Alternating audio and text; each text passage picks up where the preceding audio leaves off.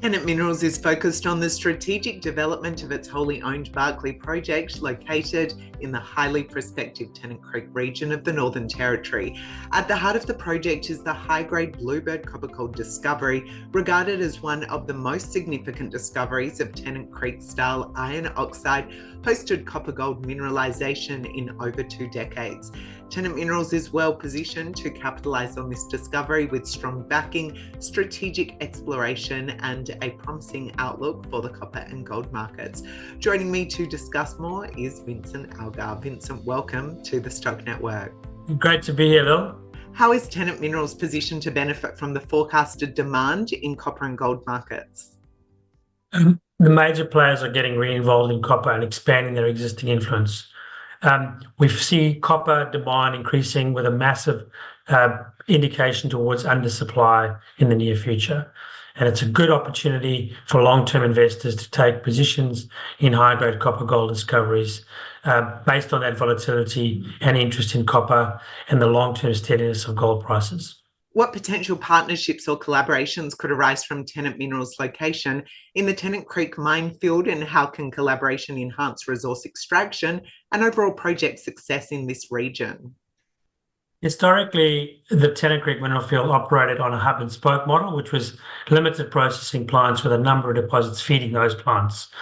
We see that with the rejuvenation of the field, this activity, while based on multiple company approach, is able to be renewed, and the recent surge in exploration that's already happening is part of that new growth.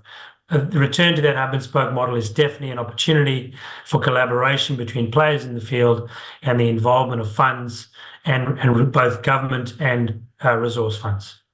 What role do critical and strategic minerals play in Tennant Minerals' exploration activities, and how does support from the Northern Territory government aimed at developing remote communities contribute to the project's success?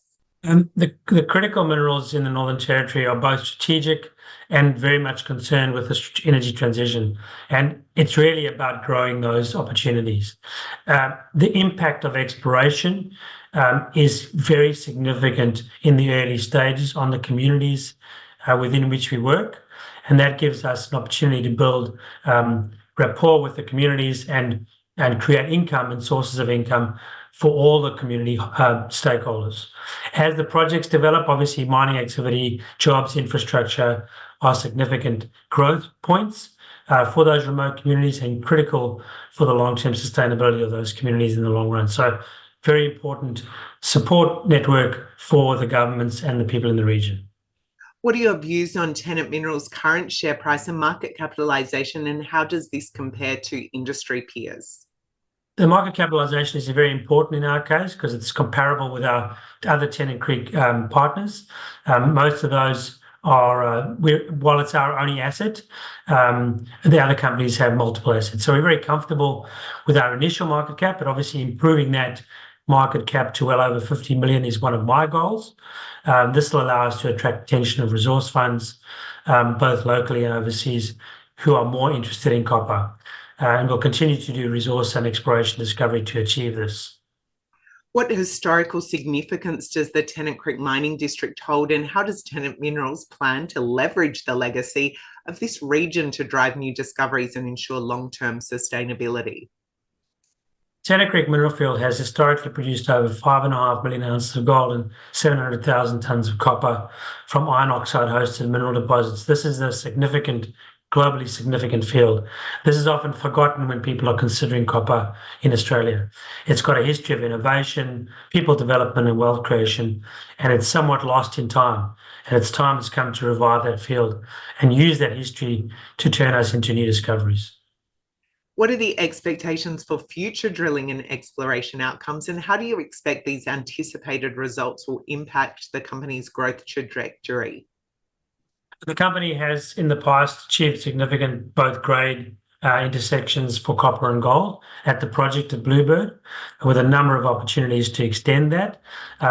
We are currently working on our assay results for the most recent drilling at Bluebird, with a plan to go back in the field as soon as those results are available to us and continue our exploration work.